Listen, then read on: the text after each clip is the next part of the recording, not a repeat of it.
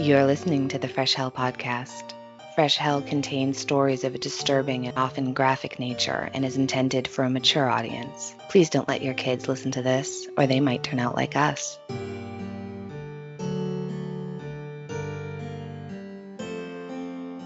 She went on to ask him, "You're not a serial killer, right?" He typed back, "No." The pair continued to exchange messages, and then on the 22nd of November, they decided to meet up.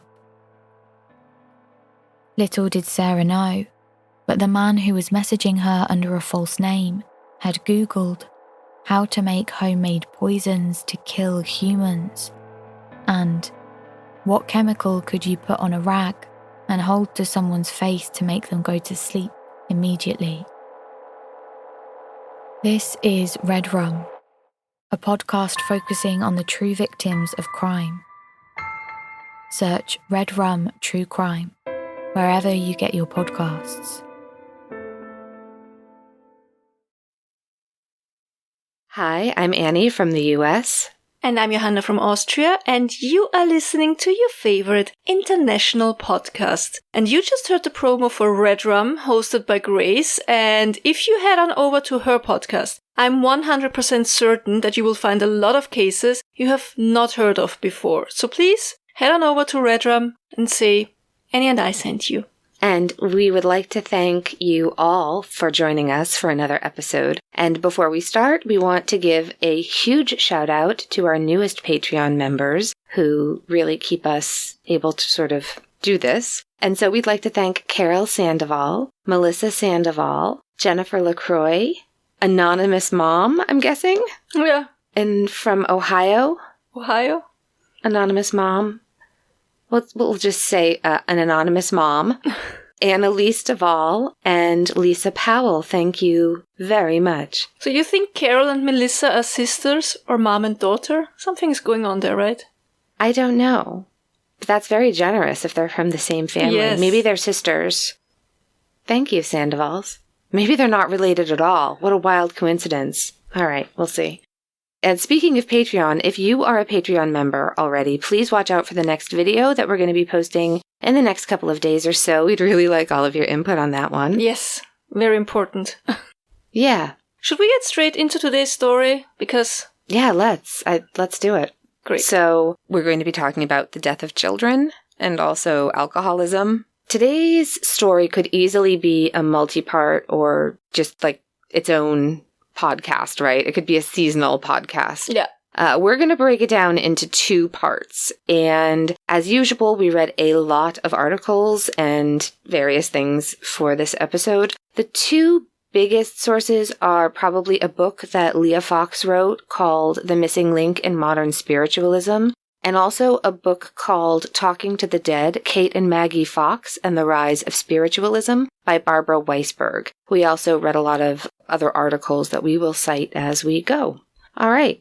Margaret Smith and John Fox were married in 1812. He was a blacksmith like his father had been, and she was the daughter of a local family in the village. The Fox family had originally been the Voss family. They were of German extraction, and they changed their name to Fox when they fled Germany for England and then the colonies because of war and persecution in the late 1600s and early 1700s. They are known as Palatine Germans, which was a term I was not familiar with. Yeah, for those of you who never heard the term Palatine German, so the reason for that is because most of them originally came from the German region called Palatinate. In German, that's the Pfalz. That's an area that is nowadays part of the southwestern German state of Rhineland-Pfalz. And if you ever get the chance to travel Germany, I can recommend that you also visit the Pfalz, because you will find beautiful medieval burgen and castles, old wood framework houses, and you can take cruises on the Rhine and Mosel, which will lead you through one of the German wine regions. Yes, please. That sounds amazing. I really want to do a river cruise, but they're really expensive. Have we mentioned Patreon? No, I'm kidding. All right. So the Fox family fought in the Revolutionary War, but Margaret's family, who were originally of English and Dutch descent, they remained loyal to England during the Revolution, and they had crossed the border into Canada. Now, of course, at that time, Canada was part of England, and so they were given some farmland as a reward for their loyalty, and that was to replace land that they'd sort of abandoned when they left and moved to Canada. Once they were married, the family did spend a lot of time in both the Ontario area of Canada and upstate New York. Sort of a back and forth over the border. Some of their children were born in Canada, and some were born in New York.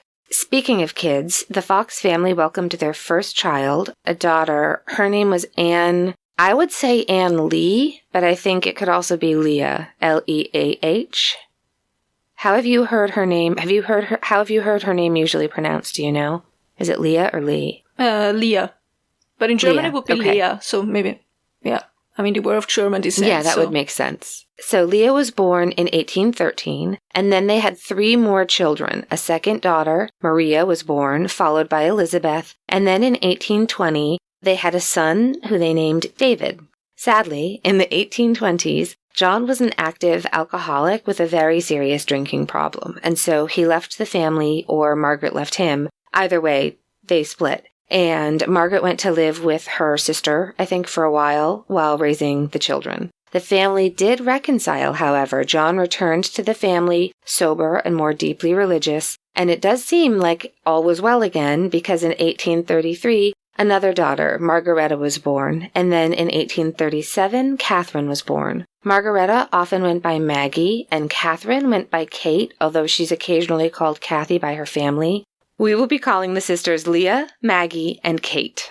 It was only a few weeks before Christmas in 1847 that John, Margaret, and the 2 youngest children, Maggie and Kate, moved to Hydesville, New York, either on their son David's farm or on land that was right next door to it. David was grown and married with children of his own, and he had taken over a farm that once belonged to his uncle, Margaret's brother. The primary crop for that county on Lake Ontario was peppermint, which really does actually sound lovely. Yeah. Their daughter Maria lived on a farm close to her brother, and she had married a cousin on her mother's side. A distant cousin. Very, very, very distant. Probably distant. It's fine. Their oldest daughter, Leah, lived about 30 miles or 48 kilometers away in the more bustling town of Rochester. Leah had gotten married at the age of only 14 to a man named Bowman Fish, giving her a name I personally love, Anne Leah Fox Fish. But after the birth of her daughter, her husband had unfortunately abandoned them. Leah writes in her book, The Missing Link in Modern Spiritualism, quote, I was myself also at that time but little more than a child, for when I was married at Rochester, New York, I could count but 14 years and 5 months. Mr. Fish discovered when too late that he had married a child and soon became indifferent to his home and family. He left Rochester under a pretense of going on business to the West. The next I heard of him was that he had married a rich widow in the state of Illinois. As he had left little means for the support of myself and child, I turned my attention to teaching music. I had many friends who assisted me in getting pupils, and I was delighted to find myself entirely independent. End quote. I have to say one thing though. Bowman Fish is kind of a fabulous name. It is. Yeah. Yeah, I like it very much. I think a lot of what Leah writes has to be taken with, as we say, just a pinch of arsenic. I think most historians agree that what she wrote is a mix of the truth, some embellishment, maybe a little bit of revisionist history, but it's kind of how memoirs often are, isn't it? It's sort of, yeah. Moving on to the good stuff. So John is working as a blacksmith, the same profession his father had, and they're building a new home, but that house isn't finished yet, and so in the meantime, the family are renting a house close by. As we mentioned, there's a good book about this case by Barbara Weisberg, and in it she writes this about the house, quote, While not large, the house was serviceable with a good number of windows and 2 stoves. The front door opened directly into the south-facing parlor. The kitchen was set back on the northwest side and had its own door to the yard. On the east side, a buttery, sometimes used as a second bedroom, connected to the kitchen, and the main bedroom adjoined the parlor. An enclosed staircase between the buttery and main bedroom led up to a large attic, while another staircase led down to a dirt floor basement. In back of the house flowed the river commonly known as Mud Creek, a popular spot for night fishing. The rental's location on the busy corner of Hydesville and Parker Roads offered everything that Margaret might have wanted for her family. There was a Methodist church within walking distance, next to a district school where Kate mostly studied her 3 R's and geography, end quote. So we've seen the 3 R's come up before, haven't we, you and I? Not with the podcast, with something else. So the 3 R's are reading, writing, and arithmetic. And the fact that only one of them actually starts with an R, they just all have R sounds, it's fine. It's a super common phrase here. I don't know why, but it just kind of goes to show, as do all of the old, letters that you read and really old-time sayings, that spelling was sort of more of a suggestion. Phonetics were fine. You know what I mean? Even on tombstones, it's like, okay, I can read what they were trying to carve 300 years ago. It's fine. So they're living in this rented house. They're a close family, and they are happy enough. I did listen to one podcast where the host was... It's like, it was the smallest house. Oh my God, they had to share a room. What a nightmare. But it's fine. They were fine. The house, however, was known to be a little bit creaky. I think also the noises houses make can really startle you. We've discussed this before. Our house has real shutters on it. They're not decorative. They're actual shutters on hinges. And we've had shutters come loose that just bang against the side of the house. Or there's the exhaust vent. And then there's a flap on it to keep little animals from getting into your house. But the wind catches that and bangs it so hard. It's like, what the fuck is actual Satan himself at the door? What's happening? Because it sounds like it's coming from the whole house. You know what I mean? It's where is the sound coming from? Then every winter, when you get that first really cold day, we always get field mice. Every year, doesn't matter. Coldest day of the year, we're going to get field mice. It's amazing how much noise field mice make, considering how tiny they are. They are surprisingly stompy when they're in your wall. So, yeah, but you know what I mean. I know you've had a similar experience. My angry ghost, right?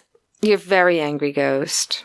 I think I mentioned before, I had what I consider to be possibly a very angry ghost banging on our bedroom window, until I realized that the sound carries strangely and it was just Leela scratching. When I first heard that noise, I almost peed my pants. Seriously, because it was really startling and kind scary.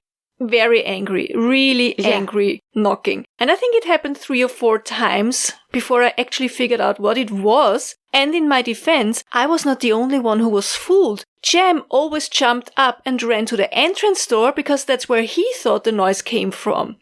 I think what I'm trying to say is that it's not always paranormal when you hear scary noises. I think most of the time it's rather mundane. Mm-hmm. And yes, every house has its own creaks and bangs that are normal part of the house. And, after some time you learn what is normal and it doesn't keep you up. I'm learning that at the moment. Oh, yeah. Unfortunately, for the Fox family, they were never able to get used to the noises their house made. And it did seem to make a lot of strange noises. It was described as a knocking sound that was felt physically as a jarring sensation. So very strong bangs where things would rattle from the force, and the family is losing sleep. This is not good.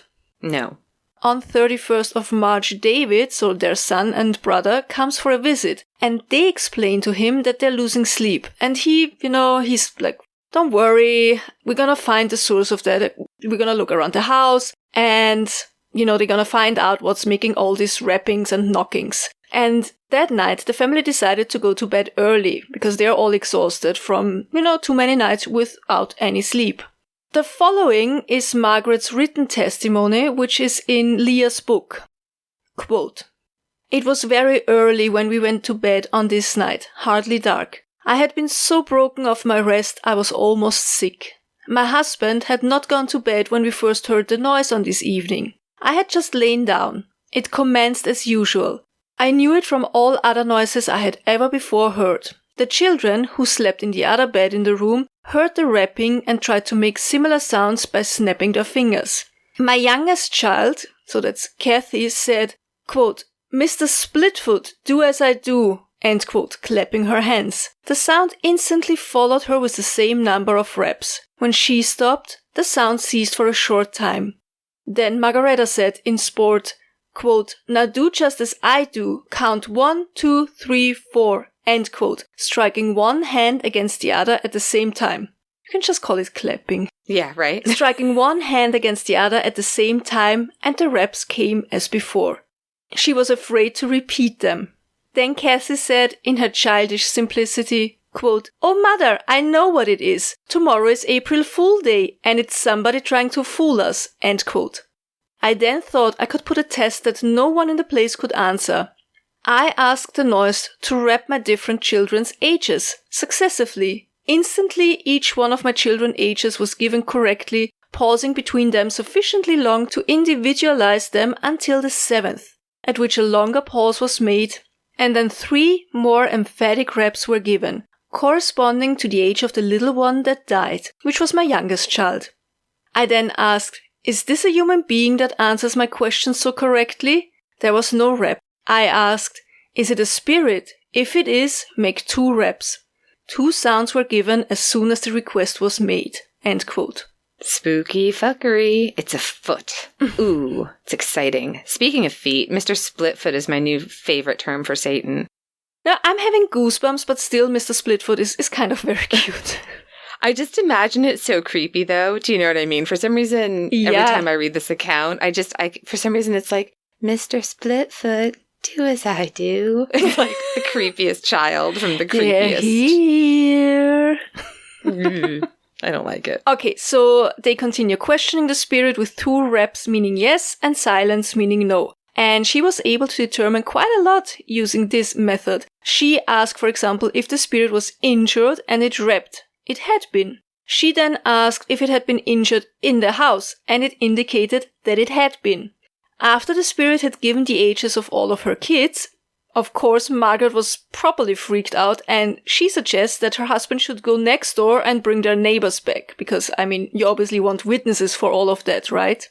Oh, yeah. Can you imagine that conversation? For some reason, because my dad's name was John, I can just imagine him like, John, go next door and get the neighbors. Get back here. Think of the children. I don't think she was calm about it, but I don't know. Who can say?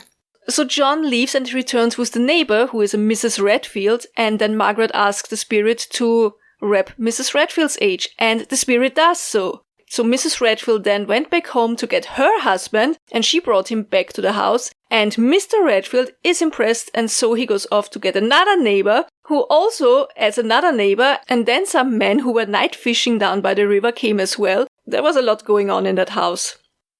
So now you've got pretty much the whole neighborhood in the house with them, and they worked out a certain number of reps for yes, a certain number of reps for no, and they even came up with an alphabet so that the spirit could spell words. So it's kind of an early Ouija board thing. The information that the spirit conveyed to them was that he had been a peddler, which is old-time speak for traveling small object salesman, like cups, thimbles, pots, pans, things that could be carried easily. And that he was in his early 30s, that he was married with children, and one day, some years before, he knocked on the door to the house, and a man answered and invited him inside. However, once inside, the man cut his throat with a butcher knife and buried his body in the basement, keeping that money the man had on his person. And the man's name was Charles B. Rosner, and his body would be found in their basement. Oh no. Bum, bum. Oh, that's like, Here's the thing. Unless you're a serial killer, you're probably not going to just carry on as though nothing's happened. How could you, right? I mean, it's late. It's getting dark. You're really tired. Well, I probably would. Yeah, I'd probably be fine with it, actually. He's been there for a 20 while, years. So. Yeah. It'll keep till tomorrow. It's fine. But no, obviously, everyone's very excited about this. And to be fair, I mean, I don't want to knock like the 1800s, but what was there to do, really? I mean, after dark, as a family. So everybody's very excited. And so some of the men head into the basement, and they've got shovels in hand, and they are going to find the body of this murdered peddler. The problem was, they didn't have to dig for very long before the hole just started to fill with water. Because remember, the house is on the river, and the descriptions you read, it's close enough to the water that you can hear the water at night which is lovely, isn't it? I mean, dream location. But the problem is that the men can't get anywhere when they try to dig because it just keeps filling up with water. And so the family were like, okay, fine. There's a murdered man in the basement haunting it.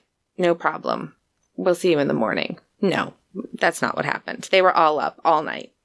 And that night, March 31st, 1848, would become an important one to a lot of people who would see this evening as the birth of the modern spiritualist movement in the United States. And Maggie, who was 14 or 15, and Kate was 11 or 12 at the time, and they were seen as some of the first mediums of the spiritualism movement. Spiritualism is the belief that spirits of the dead exist and have both the ability and the inclination to communicate with the living, usually through mediums. That's a very, very simplistic explanation. Obviously, there's a lot more to the religion, including very progressive views for the time on equality, regardless of race or gender. We're not going to get super into the religion itself, but we just wanted to mention some of the sort of nicer aspects of it. It also wasn't the only new religion that was catching on around this time, because this is when the Church of Jesus Christ of Latter-day Saints first published the Book of Mormon. That was in 1830, so only 18 years before this had happened.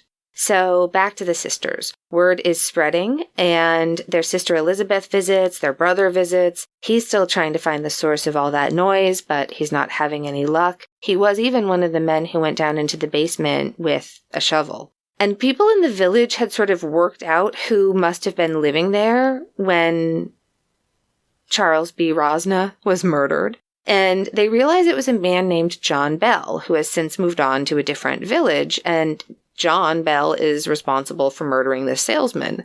Meanwhile, John Bell hears about his supposed crime, and he's like, what the actual fuck? And so he's now having to travel back to this village he moved away from years ago just to try to convince his former neighbors that he never murdered anybody. And the neighbors, for the most part, like, you get the impression that they're like, okay, all right, that's great, John, thanks. And they all absolutely think he's a murderer, but they also don't care. They're like, okay, bye. So Bell leaves. He never really gets any satisfaction. He's always got this, like, shadow hanging over him. That would be frustrating, wouldn't it? Like, I didn't do this. And everyone's like, okay. Like, just nobody believes you. Whatever you say, John. Okay. Typical it's fine. John. We're not going to the police. It's fine. So, yeah. Meanwhile, the neighbors, they're writing family and friends, and more people are coming. The crowds are incessant. And so the family goes to stay at David's for some peace and quiet. Also, while all of this was going on, there was a lawyer from a neighboring town, I think it was Canandaigua, and his name was E. Lewis. And he visited Hydesville and went around interviewing both the Fox family and the neighbors who had all sort of experienced these rappings for themselves. He put together all of his testimony and published a pamphlet that was called A Report of the Mysterious Noises Heard in the House of Mr. John D. Fox in Hydesville, Arcadia, Wayne County. I love it when a pamphlet title is so specific. Like, it just tells you everything you need to know about what you're going to find inside that pamphlet. Meanwhile, in Rochester, one of Leah's piano students shows up for her lesson, and she's got this pamphlet, and it's all about what's going on with her family. And Leah's like, hang on a minute, what is happening out there? So Leah sets off from Rochester to go see what's going on. Could her sisters be mediums? It did run in the family. Ugh, I love it when it runs in the family. So, again, here's a great quote from Weisberg, and she's writing this about the girl's great-grandmother on their mother's side, so their mother's grandmother.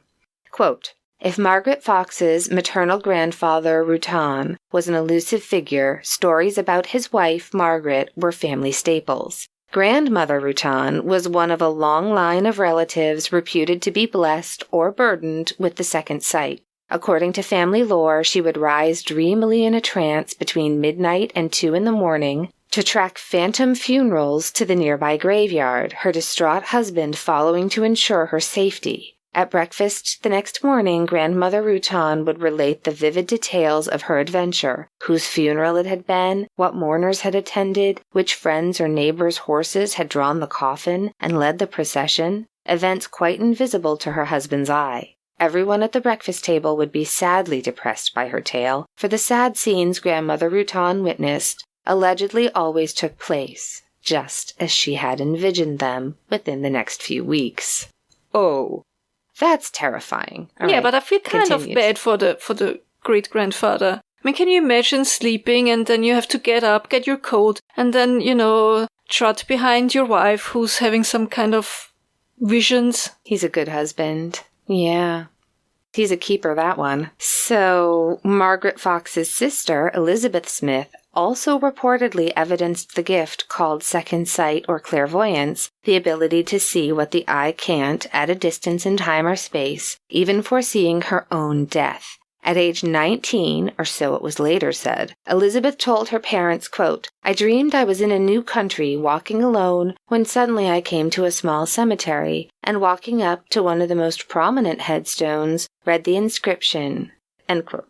Elizabeth confided that she had seen her own name on the headstone, the first initial of her husband's last name H, and the information that she had died at 27 years old. End quote. Spoiler alert, she did marry someone with an H name, and she did die age 27.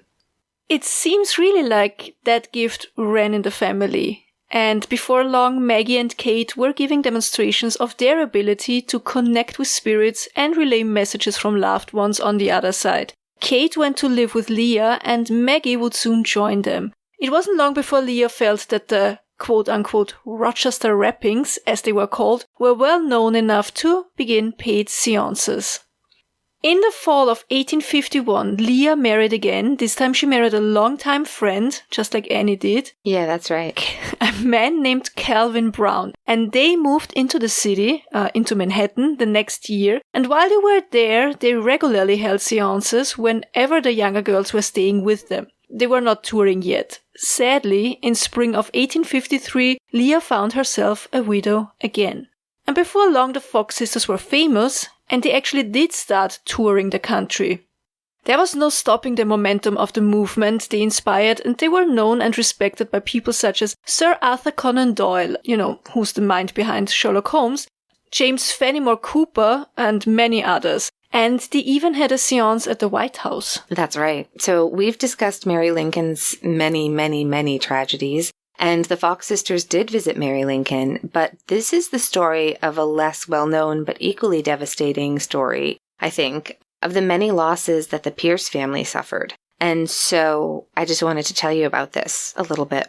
Franklin Pierce was born in a log cabin in New Hampshire, and he was the 14th president of the United States. His wife, Jane, was his polar opposite, I think, from everything I've read. And it's kind of a wonder that they ever married and considered marrying each other. Opposites attract? I guess so, because he enjoyed spirits and she was a teetotaler. She disapproved of drinking. She was devoutly religious and hated politics and was not at all a fan of lavish parties or entertaining. She very much preferred the quiet life built on religion and family, and she married a politician.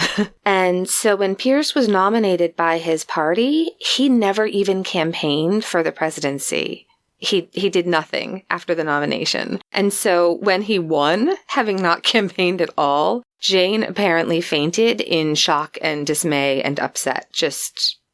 She was devastated. Also, to the Americans listening, can you even begin to fathom what it would be like to have a presidential campaign with no campaigning? In the U.S., it's really out of hand. They campaign constantly. It never stops. There are election ads on all the time. Maybe that would be the greatest campaign at the moment. Yeah. Just don't annoy us. Seriously, I think we'd all consider it. It's never ending. You just think of how much billions of dollars spent on political ads and how many homeless people are there in this country. Anyway, all right. So Jane Pierce, she is not looking forward to being the first lady. You'll often see her described as being depressed, but honestly, who wouldn't be in her shoes? She had tuberculosis and was constantly ill. On February 2nd, 1836, she gave birth to their first child, Franklin Jr., and unfortunately, he tragically, but not uncommonly for the time, passed away only a few days later, and they were devastated. On August 27, 1839, Frank Robert Pierce was born, and in 1841, a third son, Benjamin, was born. In 1843, Jane would watch helplessly as her second-born died from typhus during an epidemic, and young Frank was only 4 years old. When Pierce was elected president in November of 1852, he was 48 years old and Jane was 46. Their youngest and only surviving child, Benjamin, who they called Benny, was 11. It was January 1853, so after the election but before the inauguration, and the Pierce family of 3 joined Jane's older sister and brother-in-law, Mary and John Aiken, for the holidays. John had been a successful businessman from Lowell, and at that time the family was living on Central Street in Andover. On January 6, 1853, they boarded a train that had set out from Boston, bound for home, which was Concord, New Hampshire. They had only been on the train for about 5 minutes, and little Benny was standing at the window watching the scenery go by, when suddenly the car they were riding in broke an axle and the train car derailed, going down an embankment. Franklin and Jane had only bumps and bruises, but their only surviving child was terribly injured and killed, nearly decapitated by the head trauma that surely had at least killed him instantly. But his parents saw it happen, and they saw and held his mortally wounded body, and they would of course never ever recover from this.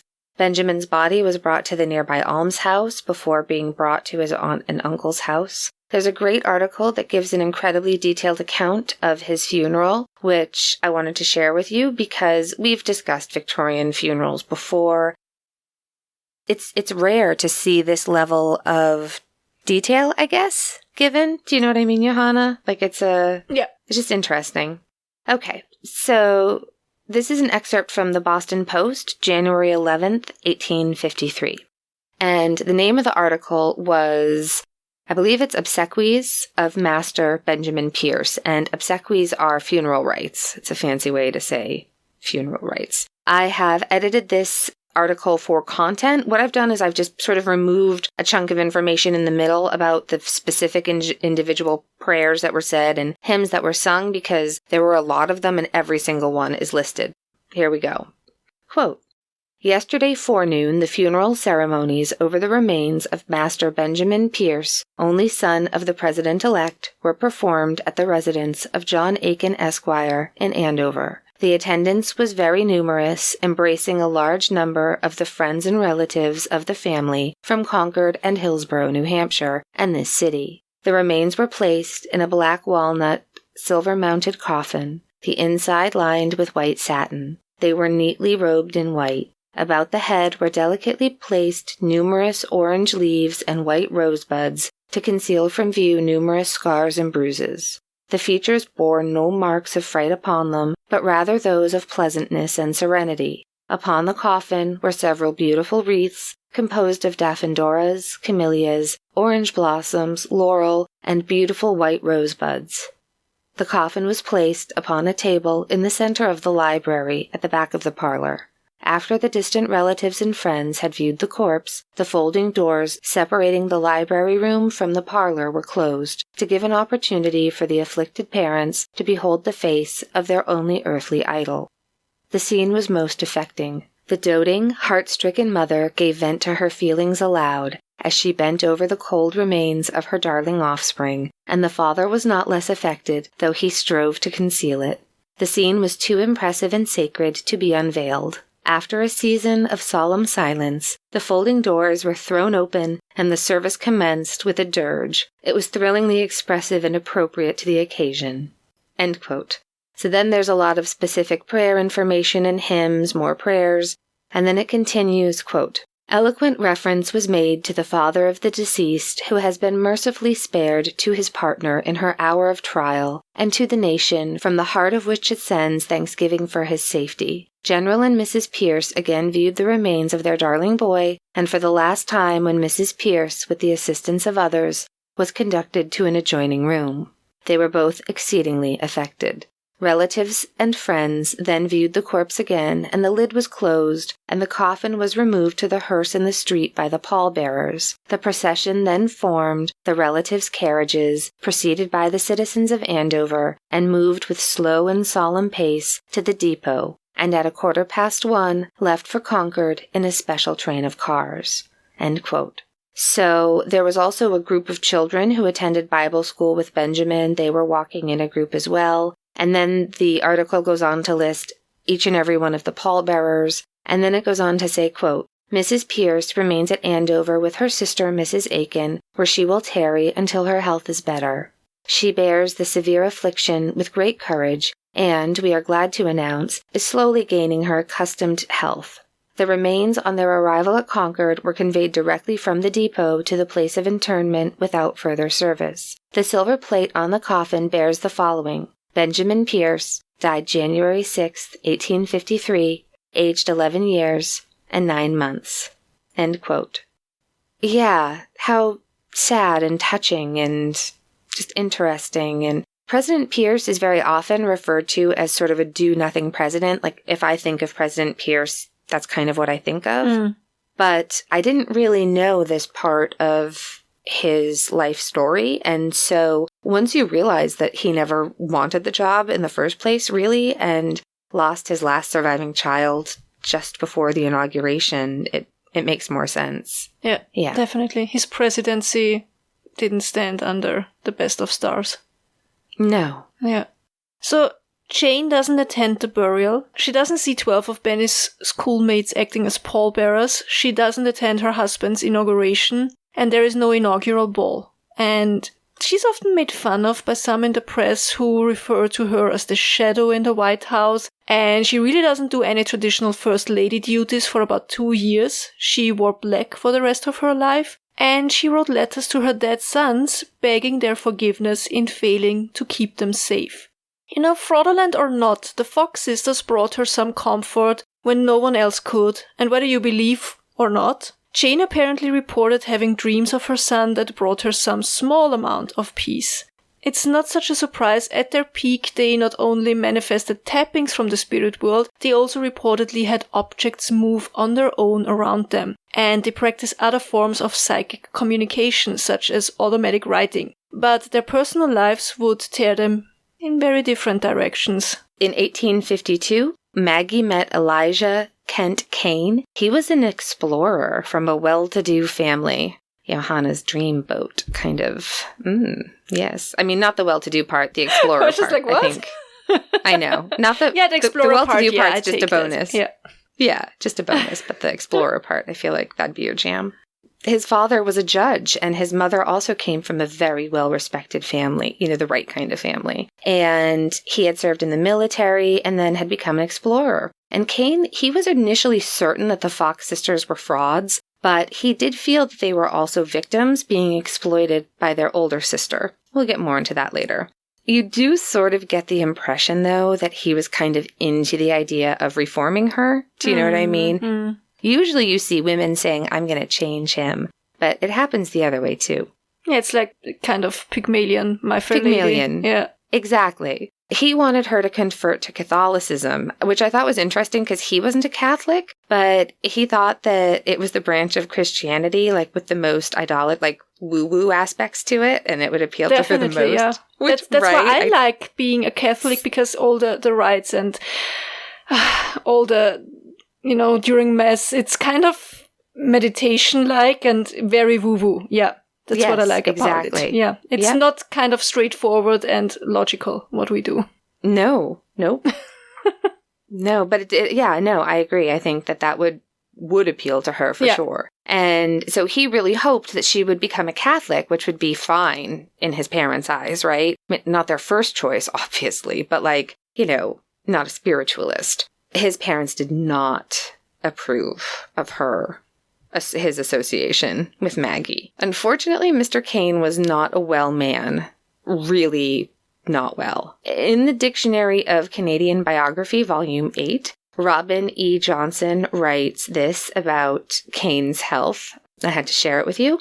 He writes, quote, "In the course of Kane's extensive travels, he had contracted a number of different maladies, including rice fever, which was cholera in China, the plague, which was typhoid fever while in Egypt, coast fever, which was bacterial septicemia in West Africa, And scurvy several times. You can just get scurvy anywhere, can't you? Scurvy several times while in the Arctic. On his return to the United States in 1855, he was in very poor health. He nevertheless rapidly completed his account of the expedition, Arctic Explorations, the Second Grinnell Expedition in search of Sir John Franklin, and then visited England in late 1856. Proceeding next to Cuba, where he hoped to find relief from his chronic illness, he died there on 16th of February 1857 after 2 severe strokes. Kane was given a grand public funeral in Philadelphia as America's first great Arctic explorer and was buried in Laurel Hill Cemetery. End quote. It was reportedly the second grandest funeral in American history at that time, second only to Abraham Lincoln's. So it's impressive. Mm-hmm. I mean, that was an impressive man. Very impressive man, yeah. Unfortunately, his parents forbade Maggie from attending the funeral, and after his death and her sort of abandonment by his family, a very distraught Maggie made a shocking confession. She said that the two of them had actually been married in a secret ceremony on October 11th, 1856, just before he left for England. His family utterly rejected this, but despite having a nervous breakdown, she persisted, and she changed her name to Margaret Fox Kane and sued the family over his will and what she felt should have been her inheritance in the will. She converted to Roman Catholicism, which is what he always wanted, and rejected spiritualism in an attempt to honor his wishes after his death. When none of that worked, she sought revenge against her snooty in-laws by publishing a book of his love letters to her with the title, The Love Life of Dr. Kane. Yeah. If all of this seems a little bit dramatic, I just want to remind you that Maggie was 17 or so when she met the explorer, and 19 when he died at age 37. So she was still very much She's a teenager. Yeah. Exactly. Yeah. And this also, unfortunately, seems to be when Maggie begins to self-medicate with alcohol. Yeah, so in 1865, their father, John Fox, died of typhoid, and their mother soon after, of the same disease. And Kate, feeling the mounting pressures to perform, began drinking heavily as well. In 1871, Kate was in England, in large part because those close to her wanted her to get a change of scenery and, hopefully loosen the grip alcohol had on her. And that's how she found herself across the pond, holding seances that were attended by highly respected scholars. And it's here in England where she met and fell in love with Henry D. Jenkin. Henry was a legal scholar and lawyer and a spiritualist who believed in her and supported her role as a medium. The two were married on 14th of December 1872, and they had 2 sons, Ferdinand, who was born in 1873, and Henry in 1875. The family pretty much split their time between England and the United States, and in many places you read, this is the first time Kate is truly seen as happy. Her babies are even medium babies who at only months old were allowing spirits to guide their hands while they wrote. And speaking of those spooky baby shenanigans, I'd say let's talk a little bit about the goings on at these seances and the ways in which the sisters were tested. We cannot wait to get into that, but that's for next week. Bum, bum, bum. Sorry. We know you love it when there's a cliffhanger. Cliffhanger. Such a cliffhanger. Yeah. So we're going to be back next week to tell you more about the sisters and why their believers believed them and the reasons doubters were certain it was all a hoax. And then you can decide for yourself what you think. Haters gonna hate. I was just thinking the same thing. Hoaxer's gonna hoax. All right. Do you have something good? Something good. Yes, we had our first blizzard in ages, and it was so nice. It was so great. And of course, it came on the day that we were supposed to be going out to Western Mass to visit my uncle. So Paul was able to take Monday off, and we went and did that. So I'm really sorry that I missed Patreon game night last night, but I did get to go and see my uncle, who I haven't seen since Christmas time. So that was great. We missed you, but you're going to be there for the next one. I need it. I need a good laugh. How about you? My something good. We didn't have a blizzard. Quite on the contrary, I have the feeling spring is so close. Like one more month just gonna get through February. I hope it's not gonna get too cold. I'm already planning in my head what to do with the garden next. I mean, I'm not gonna really start doing it, but if I already, make flower beds somewhere, that's where they're gonna stay. So I have to think a little bit about that and thinking of what to plant. And that's my something good. That's kind of what keeps me going. Oh, and I started to sew another blanket. I'm hand sewing the English paper piecing Grandma's flower garden. It's beautiful. But I needed a quick fix, so I started another machine sewn, and it's halfway done, I'd say. Gonna post a picture then. Nice. I can't wait to see it. If you liked, loved, absolutely adored this episode or any of our other episodes, please do us a huge favor, go onto your podcast app that you use and check if it's possible for you that you leave a rating and or review. I know obviously it's possible on iTunes. I think Spotify does it now, and I have no idea. There's so many apps out there now. So if you could check and do that, it would help us out so much. You have no idea. Plus, it's always, it kind of keeps us going to read your reviews. And we're getting really, really close to... It's funny because on iTunes, it will show you however many reviews there are based on whatever country you're in. But for me, when I look at iTunes, we're getting really close to 1,000 reviews. And that's been my goal sort of since we started. Yeah, but we're already at 1,117 internationally. I know. I know. But it doesn't say that when you look at it here. It's like 897 or something. So, yeah. If you need information on how to get a hold of us, where you can listen to the podcast, where you can buy our merch, what else will it tell you on the... Oh, yeah, it links to the Facebook group is all on our website, which is freshhellpodcast.com. Please come and join our Facebook group. Just search Fresh Hell Podcast Murder. It is just the nicest group of people. So lovely. Well, Facebook doesn't Shout out think to the so. Facebook group. Oh my God, fucking Facebook. Jesus. So we keep getting... We're going to get shut down. Come join the Facebook group before Zuckerberg shuts us down. Yeah, if one day the group is gone, it's not our fault. Just let me tell you. No, every time it seems like all of a sudden things we posted in the last couple of years, if there's a mugshot of a criminal, they flag it as, what is it? They think we're... I was promoting violence. I posted a mugshot of Pablo Escobar, and they said I was promoting a criminal, how do you call that? Like the mafia, criminals. Yeah. Yeah. Yeah, I got flagged for, oh gosh, what was it? It was literally a joke. It was a joke meme. And it's like, you're spreading misinformation. And it was like, No, it was the water crystals. You got flagged for that. But before that, it was the black licorice stuffing at Thanksgiving. Oh yeah, true. That was my first big warning, it was just a fake image of black licorice flavored stuffing around Thanksgiving time. Or Facebook was like, warning, you're sharing false information. And I was like, really? About licorice stuffing? Okay, that's a weird hill to die on, Facebook.